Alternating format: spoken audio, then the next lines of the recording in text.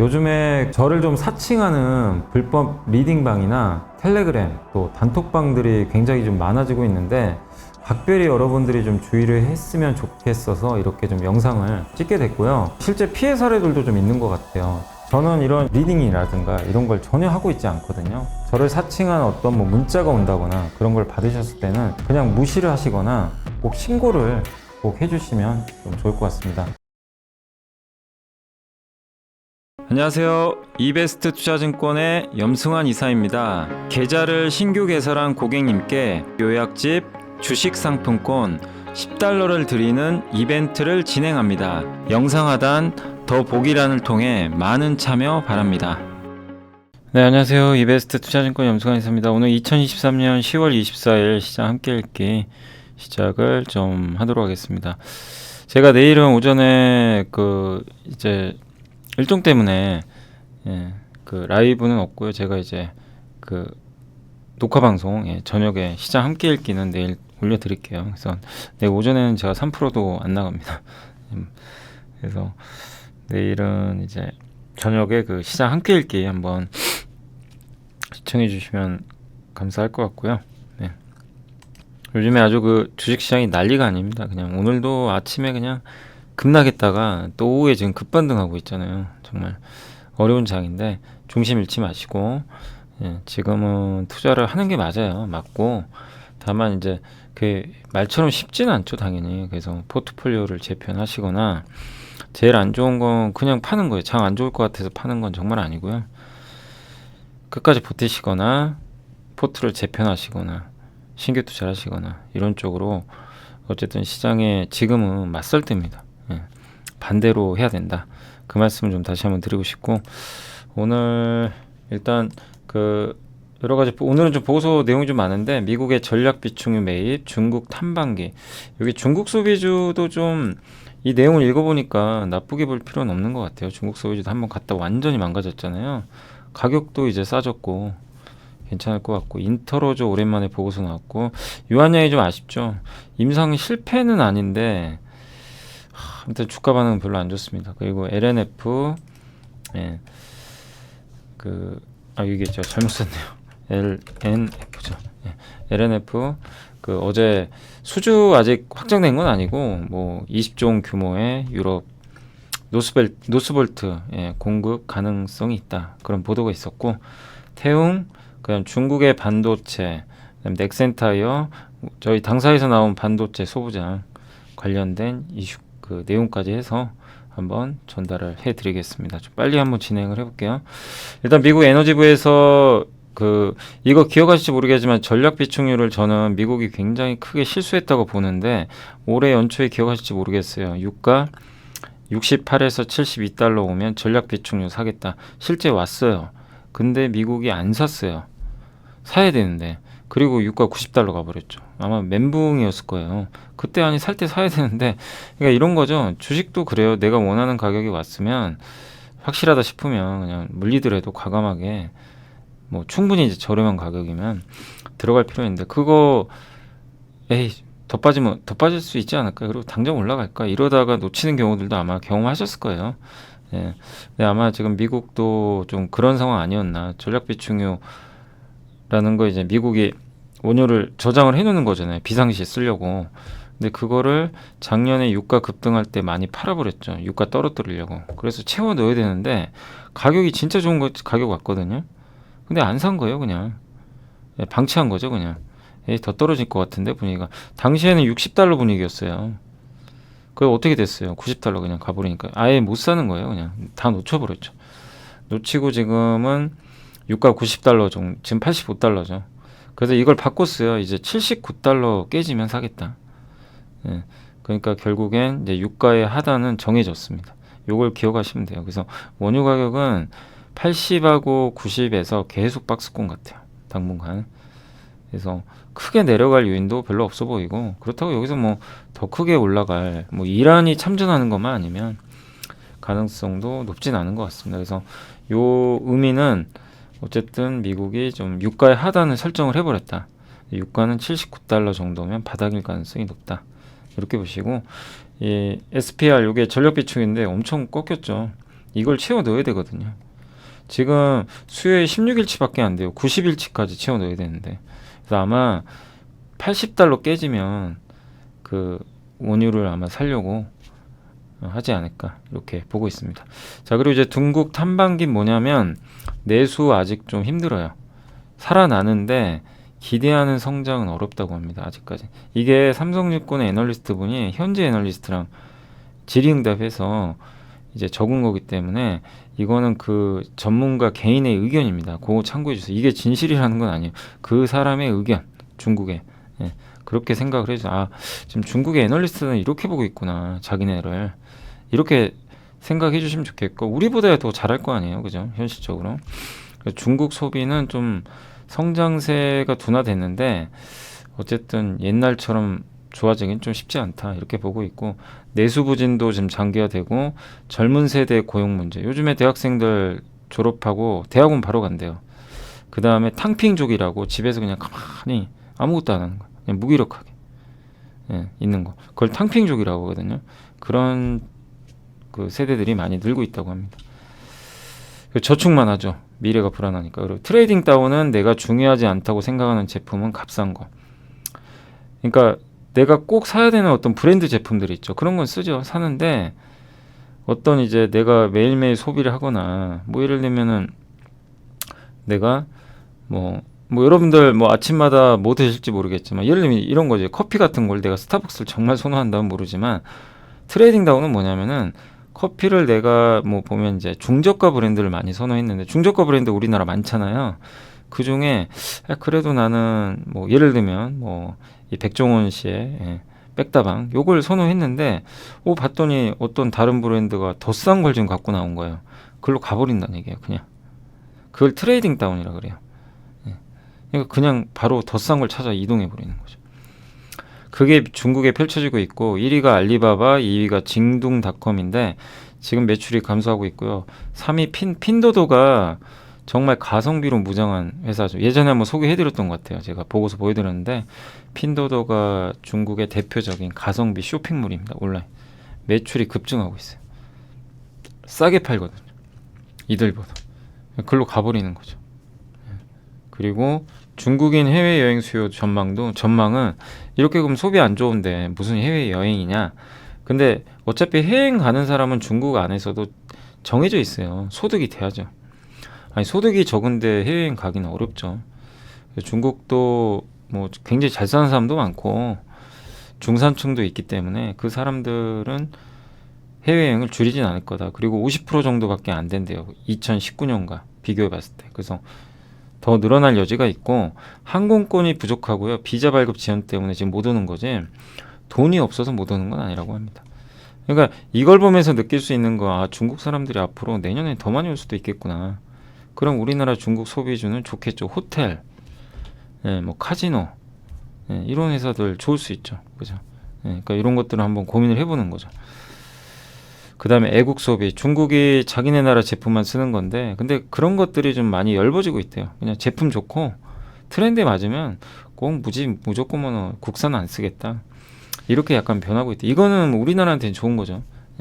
약간씩은 젊은 사람들이 바뀌고 있다. 우리 한국도 그렇잖아요. 옛날에는 정말 뭐 여러분도 아시겠지만 무조건 국산 써라. 그게 애국하는 길이다. 그냥 그렇게 교육도 받았고 그렇게 해왔죠.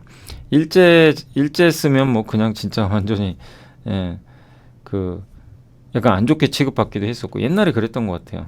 요즘엔 그런 거 있나요? 뭐 일본제든 중국제든 뭐 유럽제든 미국제든 뭐 상관없죠. 본인이 사고 싶으면 사는 거죠. 그거 가지고 뭐 감나라 배나라 할 수도 없는 거고. 그러니까 이거 약간 이제 중국도 지금 그렇게 바뀐다는 거예요. 그러니까 저게 고차오 트렌드가 이어지면 우리나라한테 되게 안 좋아요. 왜냐하면 중국 거만 쓸 거 아니에요.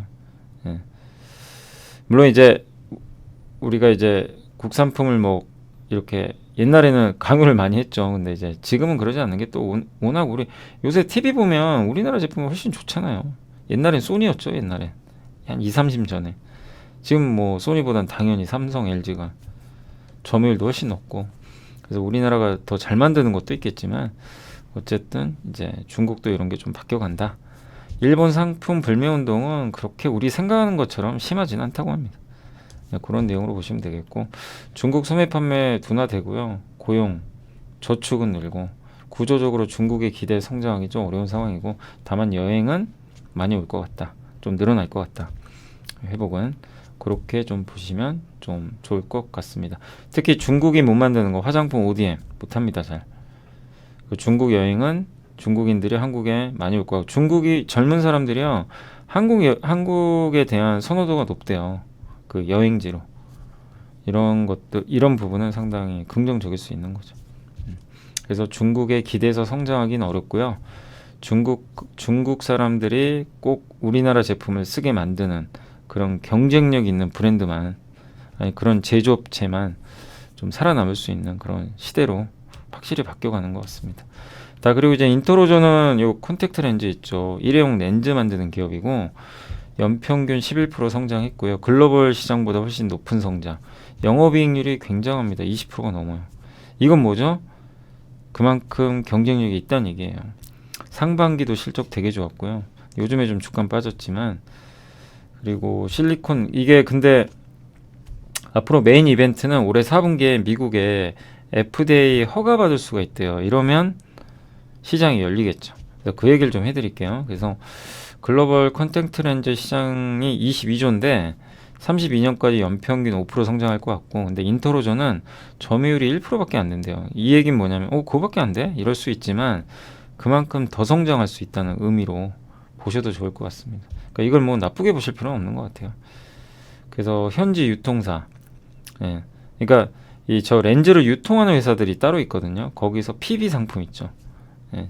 자기네 브랜드 달아가지고 그러면 인터로저가 거기에 납품하면 인터로저 로고가 붙는 게 아니라 인터로저는 만들어만 주죠. 그럼 걔네가 받아다가 자기네 로고 붙여가지고 파는 거죠. OEM이죠, ODM. 네. 이런 방식으로 앞으로 이쪽 시장 규모가 3조 원이니까 요게 이 PB 시장 규모가 25%나 된대요. 여기를 타겟으로 해서 성장을 하지 않을까 이렇게 보고 있는 것 같습니다. 또 충분한 생산 능력을 갖췄어요. 세 번째 공장까지 준공이 돼서 근데 이제 주요 수출 국가는 일본과 유럽입니다. 네, 매출 비중이 제일 커요. 왜냐하면 미국은 아직 FDA 승인을 못 받았으니까 그래서 일본과 유럽 비중이 굉장히 높은 편이고 그 다음에 일본의 3위 렌즈 유통사가 주요 고객이래요. 이제 거기에 납품하는 거죠. 근데 아시아는요 컬러 렌즈 요런 렌즈 위주고 그 다음에 유럽은 좀 다르대요.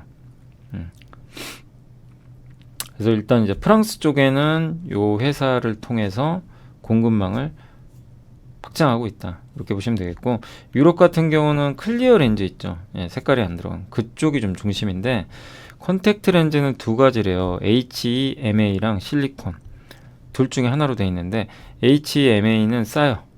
좀 저가고 착용하기도 굉장히 편하고 수분이 높아서 대신에 이게 장시간 착용하면 피로하답니다. 그리고 찢어질 수도 있고 그래서 가격은 싸고 그리고 실리콘 하이드로겔 렌즈가 있대요. 실리콘으로 된 요거는 착용이 좀 약간 불편할 수는 있지만 장시간 동안 쓸 수 있대요.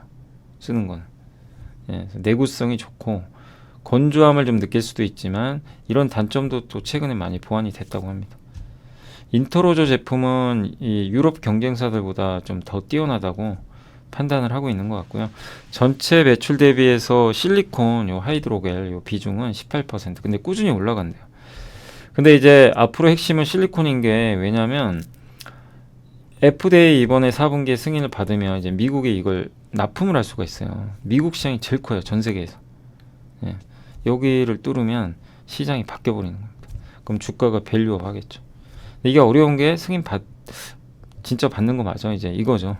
그러니까 지금 기다리고 있는 것 같은데 FDA 승인만 받는다면 굉장히 렌즈 매출은 또 늘어나지 않을까. 그러니까 임상은 성공적으로 마무리는 됐는데 이제 FDA가 승인을 해줘야죠. 그래서 미국은 핵심 지역입니다. 그러니까 미국이 열리는 거는 정말 다른 거죠. 다른 지역과는.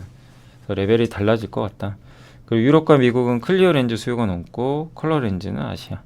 경쟁사들은 이런 회사들이 있는데 이들과 비할 바는 아닙니다. 이들은 절대 권력자들이에요. 존슨앤존스, 바쉬론, 쿠퍼비전, 알코는 시장이 70%를 차지해요. 네, 그러니까 인터로저는 이제 밑에서부터 점점 점유율을 높여가는 회사죠. 그래서 어쨌든 좋은 결과 기대를 해보겠고요. 매출액은 꾸준히 증가하고 있고 내년도 17% 실리콘 비중이 늘어납니다. 이렇게 제품별로 보면 실리콘이 점점 비중이 늘어날 가능성이 높고, 그 다음 판관비가 좀 줄었고요. 영업이익은 내년에 511억까지 26%나 급증할 걸로 보고 있습니다. 그러니까 계속 좋아지는 거죠.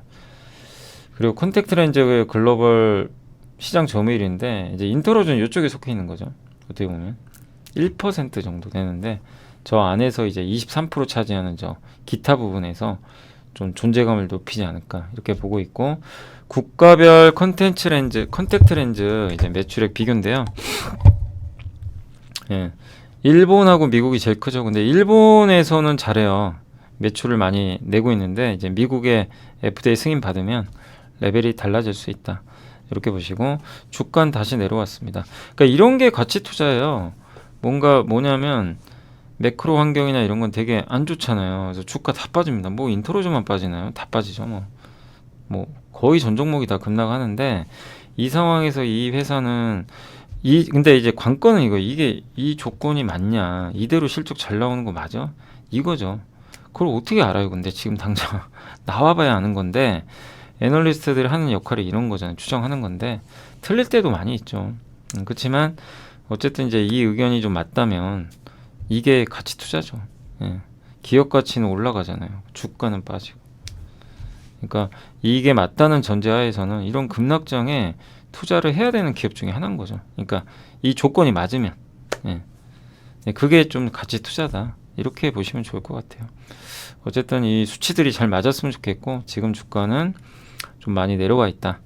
이렇게 보시고, 마지막 관건은 미국 승인입니다. 그래서 그거 한번 체크하시면 되겠고, 유한여행은 내용이 나쁘진 않은 것 같은데 시장의 평가는 타그리스를 완전히 제껴서 이제 1등 먹어라, 이걸 기대했던 것 같아요. 근데 그 정도까지는 아니라고 하니까 이제 하나의 옵션이죠. 타그리스 쓰고 이 유한양행 제품 그 레이저 트닙도 쓰고, 그러니까 환자마다 좀 선택권을 줄 수 있는 정도, 이렇게 보다 보니까 경쟁력을 이겼어요. 이긴 건 맞는데 압도하지 못했다. 이게 대체적인 평가입니다. 그러니까 이제 주가가 좀 약간 그런 부분을 실망해서 빠진 것 같고, 근데 어쨌든 임상은 성공했습니다. 목표는 달성했어요.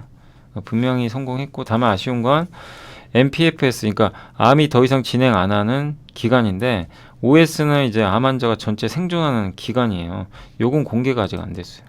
요거까지만 좀 더 봐야 된다고 합니다. 그러니까 저게 요번엔 공개가 안 돼가지고 시장에서 아유 저거 왜 공개가 안 됐을까 이제 좀 약간 이제 불안해하는 것도 사실이죠. 그래서 저게 공개돼야 조금 더 확실해질 것 같고, 어쨌든 지금 OS 개선 데이터가 좀 필요하다. 요거 공개까지는 좀 시간은 걸릴 것 같고요. 다만 연세대 조병철 교수는 위험 비율을 고려했을 때 이 데이터도 잘 나오지 않을까 이렇게 예상을 했다고 합니다. 그래서 1차 치료 옵션으로 명확한 우위를 좀 가리기는 좀 어렵지 않냐 이렇게 보고 있고요. 물론 이제 타그리서보다는 높게 나왔어요. 좋은 수치가. 타그리서, 그리고 레이저 티닙하고 아미반타마 이 두 개를 섞어서 실험을 한 거거든요. 근데 레이저 티닙, 저게 유한양행의 오스코텍 거죠. 저것만 단독으로 했을 때도 타그리스보다 높게 나왔어요. 그러니까 잘 나온 거죠, 사실은. 근데 눈높이가 워낙 높고, 그리고 경쟁 제품을 완전히 압도한 게 아니다 보니까 주가에는 그렇게 아주 긍정적으로 작용은 못했던 것 같습니다. 근데 한 가지 이제 악재가 있어요. 뭐냐면 안정성이 좀 경쟁 제품보다 떨어진대요. 치료하다가 좀 이상 반응 있을 때 중단하는 거 있죠. 그게 10%, 경쟁 제품 3%. 그래서 저거를 좀 줄여야 될 것 같아요. 저 부분은 조금 약간 악재일 수 있다. 그래서 과도하게 우려할 필요까지는 없습니다. 어쨌든 성공은 했는데 데이터가 하나 안 나왔고, 거기다 안정성이 조금 경쟁 제품보다 떨어지는 거, 이 부분 때문에 주가가 빠졌고, 다만 여기서 뭐 너무 과도하게 우려하기보다는 또 하나의 새로운 치료제 옵션으로 어쨌든 그 임상 신약이 이제 개발이 됐고 임상도 성공적으로 발표가 됐기 때문에 이제 FDA 승인 받아야죠. 그 결과는 남아 있지만 좋은 분위기들이 또 나중에 나와주길 기대하고, 그 다음에 뭐 나머지 데이터들은 차후에 나오니까 이제 그런 것들은 혹시 또 애널리스트 분들이 올려주실 것 같아요. 그때 또 업데이트 해드리겠습니다. 아무튼 좀 아쉽습니다. 한국의 새로운 역사를 좀 써주길 바랬는데 역사를 쓰는 건 맞는데 눈높이에 못 미치다 보니까 좀 주가는 아쉽게 좀 흘러간 것 같습니다. 그러나 여전히 유한양에 대해서는 여기서 뭐 우려보다는 장기적으로는 또 이런 성과를 내고 있으니까 꾸준히 좀 관찰을 해야 될 것 같습니다. 좀 시간은 이제 또 걸릴 수밖에 없는 건 좀 아쉽지만요. 실망은 하지 말자. 이렇게 이미 주가는 실망해버렸죠. 했지만 이게 실패한 거랑 이렇게 목표 달성한 건 다른 문제예요. 어쨌든 성공은 했으니까 우리가 긍정적으로 볼 부분은 봐야 될 것 같습니다. 자, 그리고 이제 LNF가 노스볼트 향으로 뭐 어제 보셨겠지만 임상 결과 임상이 아니죠.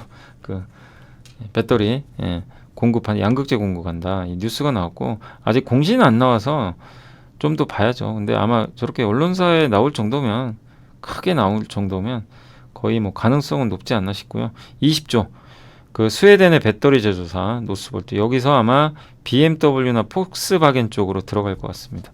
그래서 되게 다양하죠. 하이니켈, 단결정, 하이만간 요즘에 가장 중요한 양극재 그 종류 중에 하나예요. 이것들을 좀 다 하는 거죠.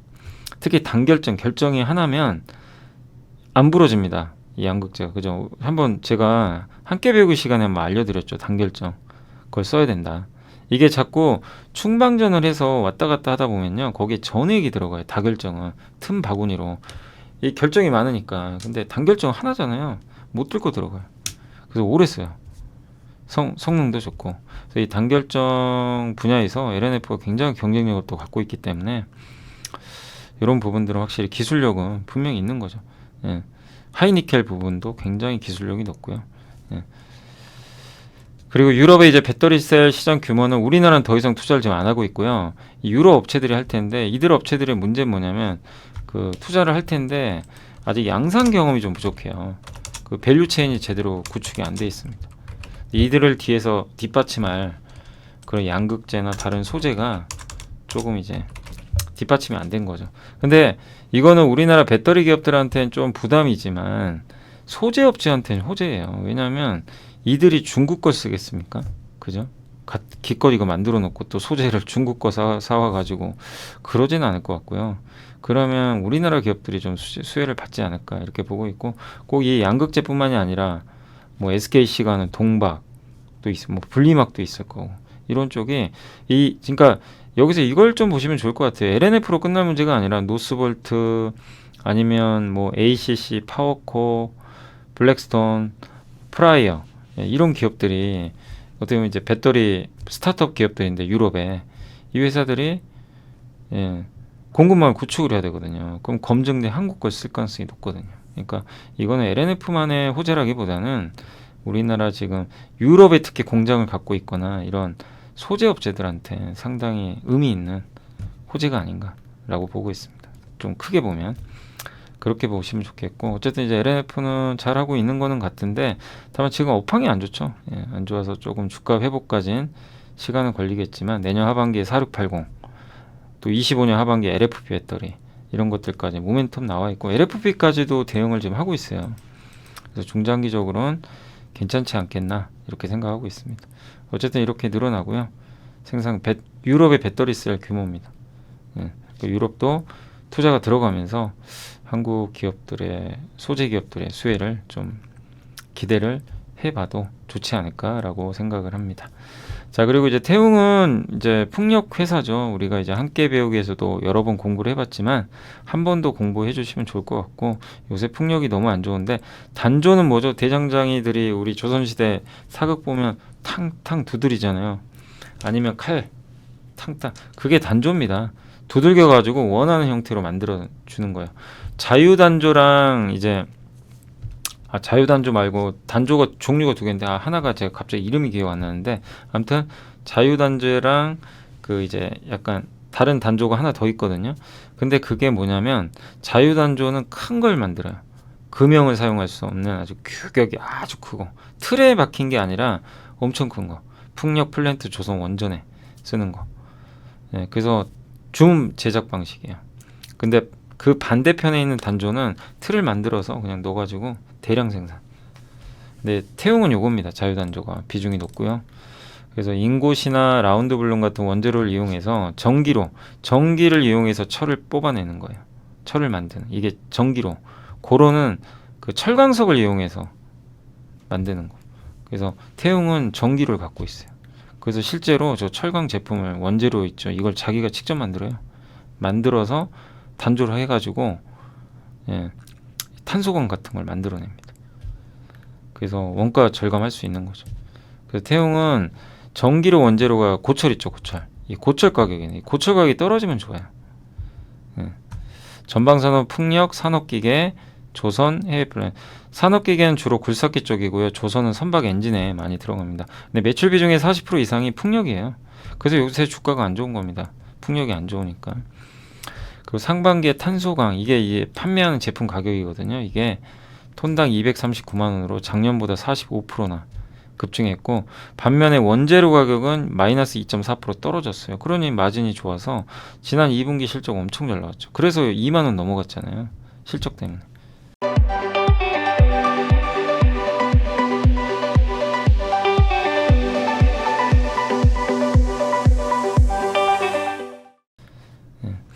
그래서 탄소광 마진이 2012년 이후 처음으로 130만 원을 넘었다고 합니다. 그 태웅은 직접 전기를 짓는데, 이게 왜냐면 원래 현대제철 같은 데서 현대제철 전기로 갖고 있거든. 거기서 원재료 받아요. 받은 다음에 그거 가지고 탄소광 만들겠죠. 옛날엔 그랬단 말이에요. 근데 이걸 받을 때 그거를 이제 차갑게 식은 상태로 받을 거 아니에요. 다른 공장에서 오면서 그걸 뭐 뜨거운 상태로 운반할 수 없으니까 옵니다.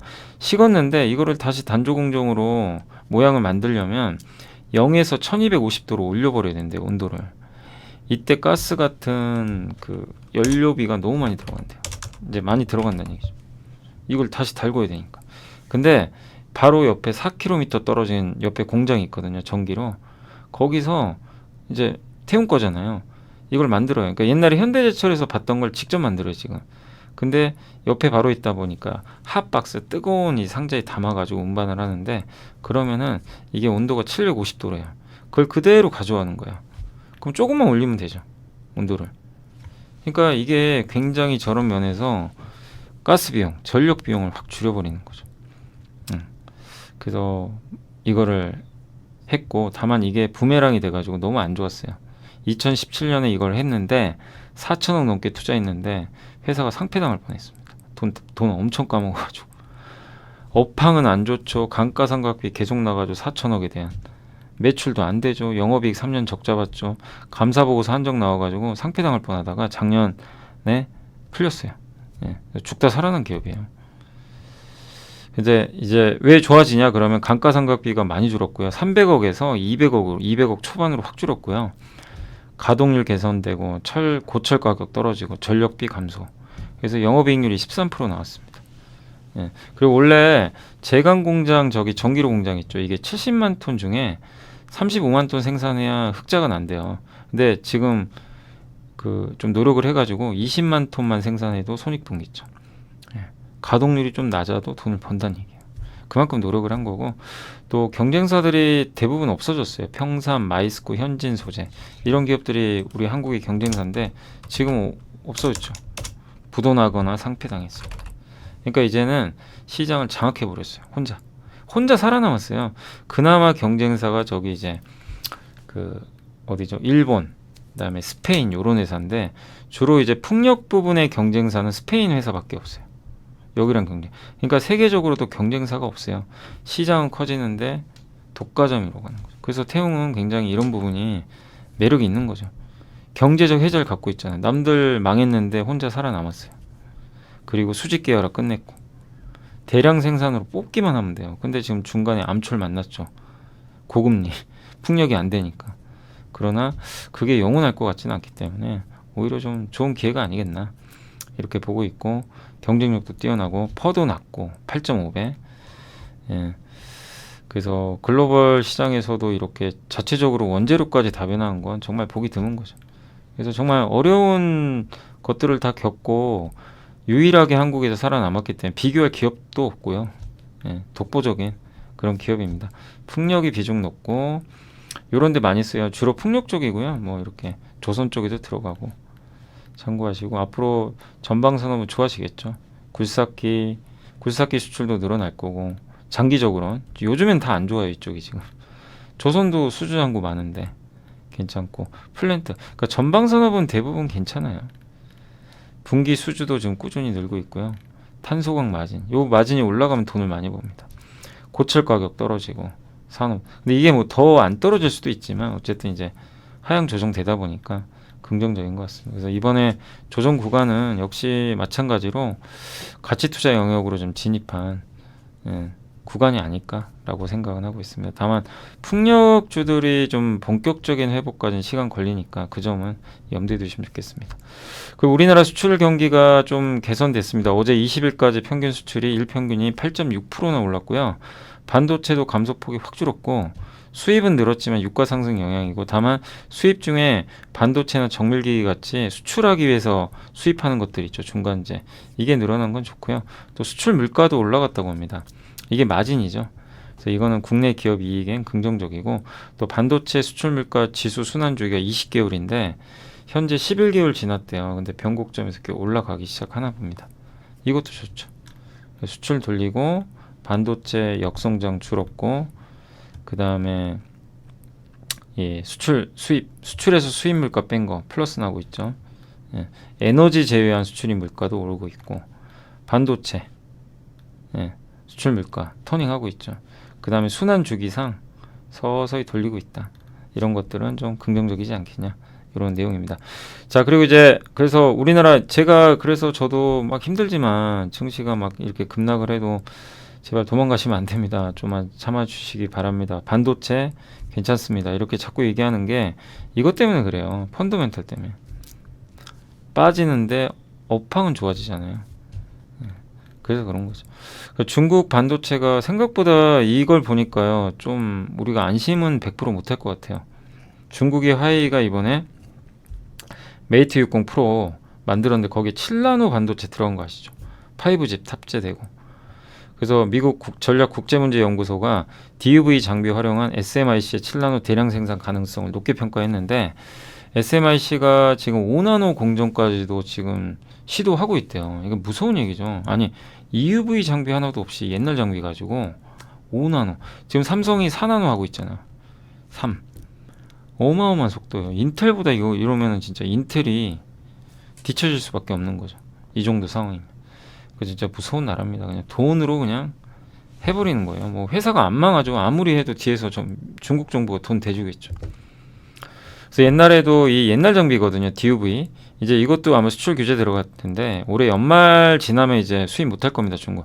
그래서 저거 수입 엄청 한대요. 요즘에 DUV 장비 확보하려고 중국이 절대 반도체 포기 안 합니다. 중국 포기 안 할 것 같고요. 예. 그래서 TSMC와 인텔도 옛날에 저장비로 7나노 양산 성공했고 대량 생산까지도 갔다고 합니다. 그러니까 TSMC가 했다고 무조건 얘네가 하는 건 아니지만 무섭다는 거죠. 그래서 현재 7나노 공정 수율이 50%인데 이걸로 계산을 해보니까 월 2.97만 장 만들 수가 있대요. 그러면 엔비디아 H100 있죠. AI 칩 최근 최신체 저거 연간 1000만 개나 만들 수 있대요. 저게 그러니까 이게 무시 못할 수준이죠. 그래서 중국의 장비 국산화, 선단 공정 재고 축적, 7나노 이하 장벽을 성공적으로 돌파. 저는 이게 안 됐으면 좋겠는데 뭐 당연히 저는 한국 사람이니까 중국이 자꾸만 쫓아오는 건 정말 부담스럽거든요. 미국도 부담될 거고. 근데 이제 현실적으로 지금 중국은 지금 쫓아오고 있다. 근데 메모리는 아니에요. 메모리는 아니고 이거 비메모리입니다. 무섭죠. 미국은 그래서 더욱더 중국을 규제할 가능성이 높아요. 그 점 염두에 두시고 다만 이게 중국이 어디까지 쫓아올지는 정말 알기 어렵습니다. EUV 장비 없으면 하기 힘들거든요. 그래서 계속 업데이트는 해야 될 것 같아요. 근데 다만 우리가 생각하는 것 이상으로 지금 중국이 빠르게 쫓아오는 건 분명한 것 같아요. 그래서 그런 것들은 항상 우리가 생각을 좀 하고 있어요. 그러니까 중국을 그냥 반도체 야 너네 어차피 못해 영원히 안 될 거야 이런 마인드보다는 이거 방심하면 안 되겠다. 그래서 삼성 하이닉스도 더 초격차로 가야 되겠구나. 그런 걸 좀 시사하는 것 같고요. 그리고 중국이 저렇게 포기 안 한다는 건 중국의 반도체 장비 납품하는 한국 기업들한테는 좋은 거죠, 사실. 납품이 늘어날 수 있으니까. 자, 그리고 넥센타이어는 실적 괜찮을 것 같습니다. 물류비, 재료비 떨어지고, 그래서 3분기 실적은 넥센타이어의 정상화를 알리는 좀 계기가 됐고, 해상 운임도 많이 떨어졌고요. 그리고 가격도 올렸죠, 이미 타이어 가격. 그래서 옛날의 영업이익 수준으로 돌아간다. 수익성도. 물량 증가, 비용 감소, 가격 인상. 예. 그러니까 이것도 괜찮은 거죠. 그러니까 타이어주를 장기 투자하기는 어렵지만 주가 빠졌는데 기업 가치 회복되죠. 그래서 오히려 좋은 기회가 아니겠나 이렇게 보고 있습니다. 자, 그리고 요거는 이제 오늘 나온 보고서인데 저희 당사 거라서 요 보고서 한번 나중에라도 시간 저희 회사 홈페이지에서 무료로 다 보실 수 있고요. 제목이 요겁니다. AI 산업 속 반도체 소부장 전략.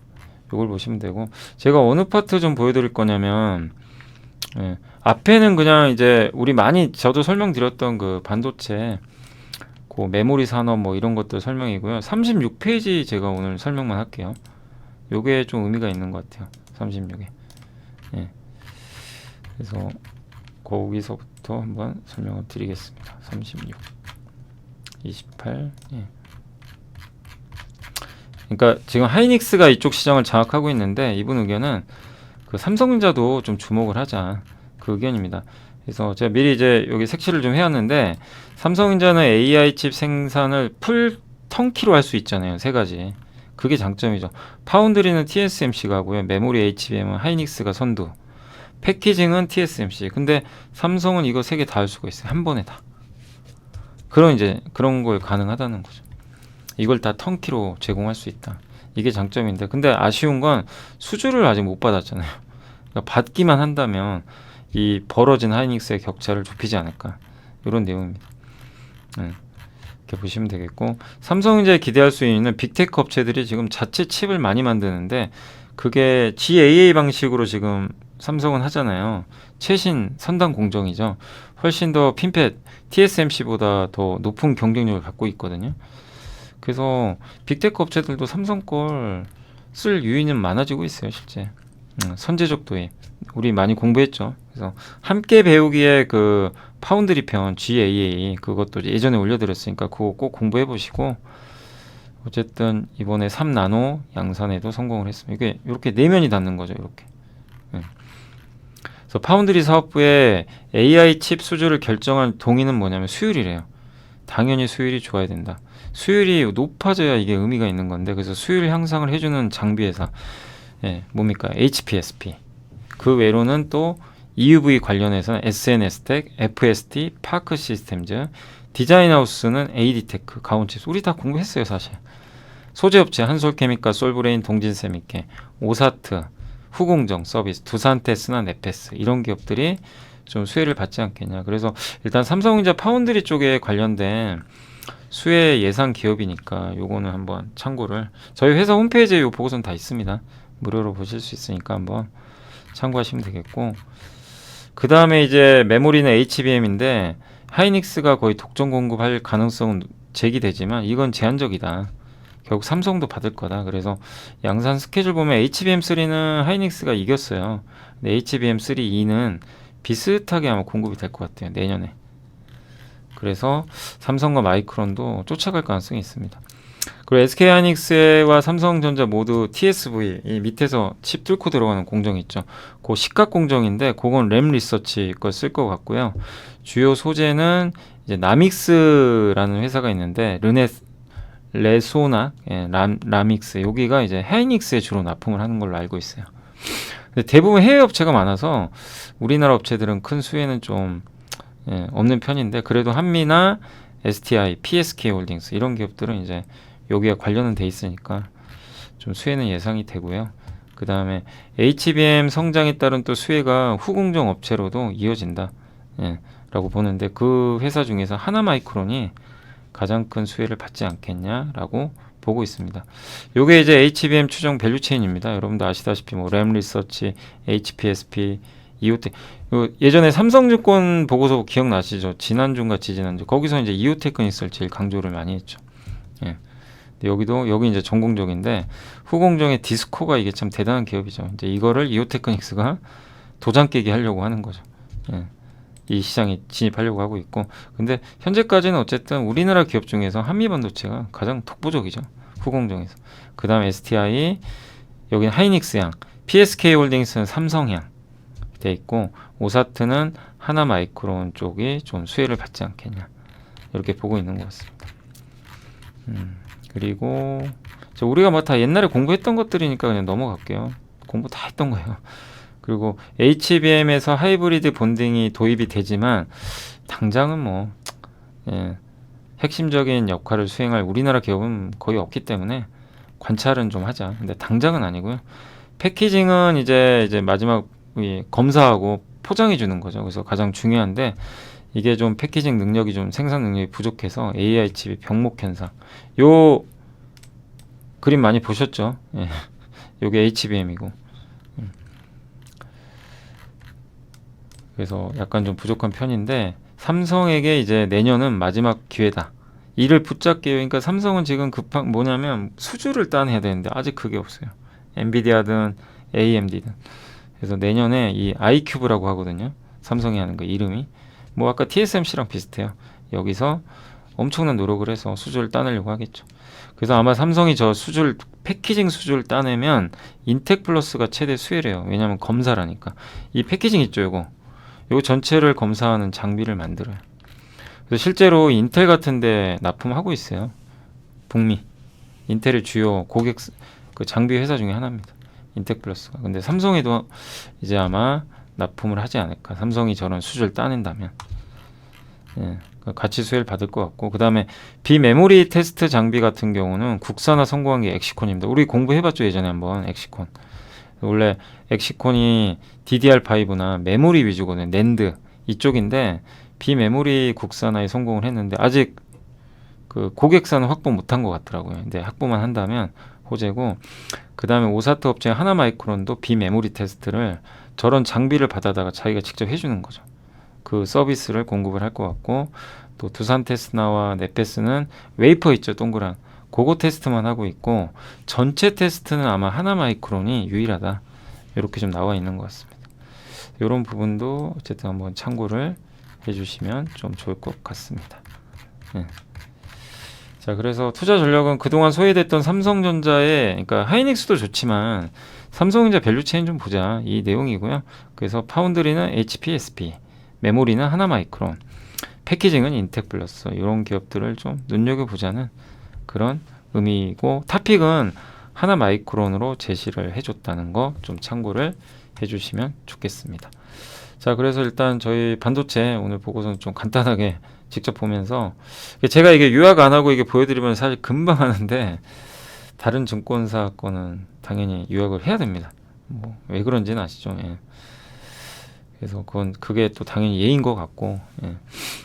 그리고 근데 저희 당사 거니까 이렇게 제가 한번 보여드렸습니다. 참고하시고. 자, 그래서 오늘 이제 보고서는 다 말씀을 한번 해드렸고요. 그 다음에 어제 전자공시 한번 보고 시장 간단히, 제가 지금 시장 좀 빨리 마무리 좀 할게요. 어제는 A프로 있죠. 여기 또 3일 연속 지금 공시 떴어요. 3일 연속. LG 또 2차 전지 공급했습니다. 장비에. 동성화인텍은 본행제죠. LNG선. 이게 지금 신규 시설 투자 들어가서 일단은 좋은 또 투자 소식이 좀 있었고, 율천화학의 비주력 사업 팔아버렸어요. 이건 좋은 것 같아요. 이제 율천화학이 뭐죠? 파우치 필름 있죠? 파우치형 배터리 보호하는 필름. LG에 납품하죠? 그거에 좀 더 집중하겠다. 그래서 아마 판지 사업을 태림 포장에 매각을 했다라는 공시 있었으니까 이런 것들은 좋은 것 같습니다. 그리고 내부자 매수로는 어제는 유한양에 유한양의 주가는 빠졌는데 박동진 여기 사회이사님이 7만 원에 사셨어요. 근데 주가가 아주 급락해가지고 손해는 좀 보셨겠지만, 원래 공시라는 거는 지금 바로 공시하기도 하지만 사고 나서 5일 안에만 하면 되거든요. 그러니까 그 전에 아마 사신 거를 공시하신 것 같습니다. 어쨌든 3,700만 원 정도 매수를 했는데 지금 굉장히 크게 물려 있는 거죠. 그래서 내부자 매수는 이제 이렇게 한번 말씀을 드리겠고요. 그리고 오늘 일단 제가 사실은 오늘 또 저기 좀 내려가야 돼가지고요. 오늘 또 CEO 분들 강의가 하나 있어가지고 그래서 오늘 제가 지금 2시 40분이거든요. 그래서 빨리 좀 마무리하고 제가 또 KTX 타고 가야 됩니다. 그래서 오늘 지금 2시 40분인데 좀 일찍 마무리할게요. 양해해 주시고 제가 5분 정도만 얘기하고 마무리하겠습니다. 일단 오늘 증시 보이세요? 극적 반등한 거. 이제 바닥 나왔죠? 그러니까 두려워하지 마시고 지금은 여기서 절대 파는 건 아니에요. 누가 뭐라고 하건 간에. 예, 지금 코스닥도 급반등하고. 그리고 왜 그러냐면 지금 금리 꺾이고 유가 꺾이고 환율 꺾였어요. 환율도 급락했어요 오늘. 보시면. 그잖아요. 그러니까 이런 상황인데 주식을 파는 건 아니죠. 시장 하락한다고. 그죠? 그건 아니에요. 그래서 일단 오늘은 급반등 성공했고 증시 바닥 나왔다. 그리고 외국인은 팔지만 그 기관들이 조금 이제 오후에 들어오면서 분위기가 좀 바뀌었고요. 개인들 요거 손절하는 거 보이세요? 코스닥. 개인들 지금 코스닥 굉장히 공격적으로 손절매하고 있어요. 이게 지금 털고 나가시는 것 같아요. 좀 안타깝지만 수급이 굉장히 안 좋았죠. 예. 근데 어쨌든 그거를 이제 기관들이 좀 받아가는 형국이고 오늘은 오랜만에 미디어주들이 올라가는 거 YTN 유진그룹이 인수하기로 했잖아요. 그래서 아마 그것 때문에 좀 주가 급등했고 비트코인 가격 많이 올라서 비트코인 관련주 급등했고 지금 건설기계 쪽이 왜 올라가냐면 네옴시티랑요. 그거 혹시 아세요? 푸틴 대통령이 러시아에 심정지 상태로 알려졌대요. 쓰러졌나 봐요. 근데 이게 진짜인지 저도 모르겠어요. 뉴스를 보니까 그게 나와 있다고 하는데 아마 사실이라는 식으로 나오더라고요. 근데 어쨌든 조만간 밝혀지겠죠. 그게 사실이면 혹시 그래서 사망을 하거나 계속 의식을 잃고 있다면 만약에요. 네, 그러면 전쟁이 끝나버릴 수도 있잖아요. 그죠? 러시아는 90점이 없어지니까. 그래서 아마 이런 재건 테마주가 그것 때문에 지금 오늘 급등해버린 거예요. 저도 왜 올라가나 그랬어요. 처음에. 물론 네옴시티도 있고 그래서 오늘 이쪽 관련주들이 급등했다 이렇게 보시면 되겠고 인터넷 대표주도 오늘 오랜만에 많이 올랐고요. 네이버 반도체 장비 오늘 다 좋습니다. 재료주 뭐 3D 낸드부터 다 좋은 것 같고 그래서 오늘 전체적인 분위기 다 좋아요. 그러니까 낙폭과대주도 다 올라가요. 2차전지도 오늘 올라갑니다. 아침엔 급락했다가 다만 오늘 좀 빠지는 거는 이제 전쟁 수혜주들 있죠. 이쪽 뭐 정유주, 석유주, 국내 상장 중국 기업주. 근데 자동차는 방어주다 보니까 확실히 좀 약해요. 장 오르면 또 안 가요. 예. 그리고 항공주도 이제 올라가겠죠 이러면. 예. 항공주도 오늘은 좀 일부 반등하고 있고 그래서 대부분 오늘 분위기 괜찮습니다. 그래서 오늘 나쁘진 않고 그리고 오늘 시가총액 상위 기업들 보시면 거의 다 올라가요. 예, 삼성이 좀 아쉽지만 아까 아침에 빠졌던 LG엔솔도 지금 급반등하고 있고요. 포스코가 급등하고 있고 네이버, 셀트리온 이런 기업들 다 오늘 갑자기 예, 순식간에 지금 분위기가 다 바뀌어 버렸습니다. 그래서 아침에 이렇게 좀 흔들렸던 기업들이 좀 분위기가 바뀌면서 오늘 좋은 모습 이어집니다. 특히 셀트리온은 합병을 서정진 회장이 무조건 하겠대요. 매수 청구 뭐 그거 많이 신청해도 무조건 할 수 있게 하겠다라고 아주 강력하게 얘기를 해서 아마 합병 가능성은 더욱더 높아진 것 같습니다. 크래프톤도 좋고요. 네, 한미, LNF. 자, 그래서 이제 오늘 전체적으로 유한량이 좀 아쉬운 거 빼고는 대부분 좀 괜찮은 것 같아요. 근데 어쨌든 이제 오늘 아까 러시아 이슈, 전쟁 이슈, 그다음에 금리 꺾이고 뭔가 분위기들은 바뀌어 가니까 지금은 여러분들 또 도망가지 마시고 수출 늘어나잖아요. 그래서 지금은 가치 투자하기 너무 좋은 시기인데 여기서 도망가시면 안 되겠습니다. 그래서 단 투자하실 때는 아까 반도체나 이런 것처럼 기업 가치는 올라가는데 업황이나 주가가 빠져있는 그런 걸 보시는 게 가장 좋은 답지가 아닐까라고 다시 한번 말씀드리겠습니다. 자, 저는 또 내일 이 시간에 찾아뵙고요. 오늘 방송은 제가 좀 시간이 없어서 여기서 조금 일찍 마무리하겠습니다. 감사합니다.